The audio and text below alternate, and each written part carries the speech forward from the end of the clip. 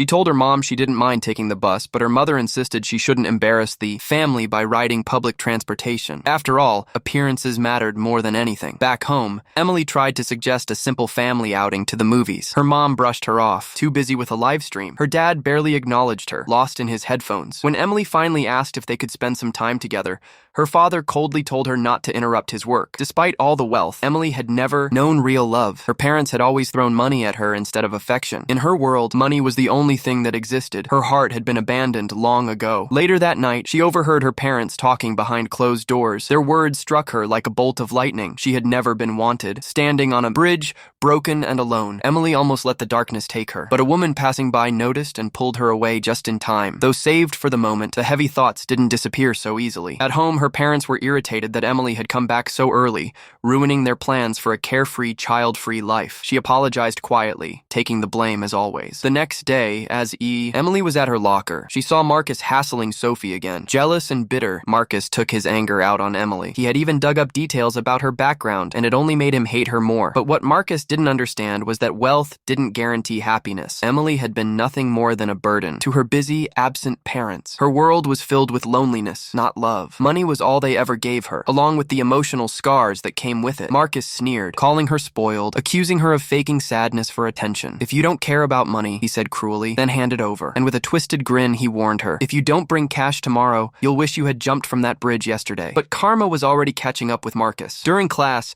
everyone was showing off their handmade projects, except Marcus, who had nothing to present. Just then, a teacher brought in a model that had Marcus's name on it. Turns out, Emily had made it for him. She had picked it up after he dropped it earlier without even realizing. Despite all the insults he had thrown her way, Emily didn't hold a grudge. She even tried to nudge Sophie toward giving Marcus a second chance. It was then Marcus realized that Emily's kindness wasn't an act, it was genuine. Panic hit when he and Jerry realized Emily had gone missing. They rushed outside, only to spot the same homeless man Emily had helped. Realizing where she might be, they sprinted toward the bridge, with the homeless man following close behind. They reached her just as she was about to jump. Even surrounded by people who cared, Emily hesitated, her heart too battered to believe she mattered. Jerry stepped forward, sharing his own story. He had lost his dad young. His mother was unemployed, and he often went hungry. If it hadn't been for Emily's kindness, he might not have made it this far. "Life throws pain at everyone," Jerry said, "but sometimes one small act of kindness is enough to keep someone going." Marcus added, "You gave us hope when we had none. You didn't just feed us, you lit up our darkest days." The homeless man spoke up too. "You saved me when the world didn't even see me. Now it's our turn to save you." Their words broke through the walls around Emily's heart. For the first time in a long time, she realized she wasn't alone.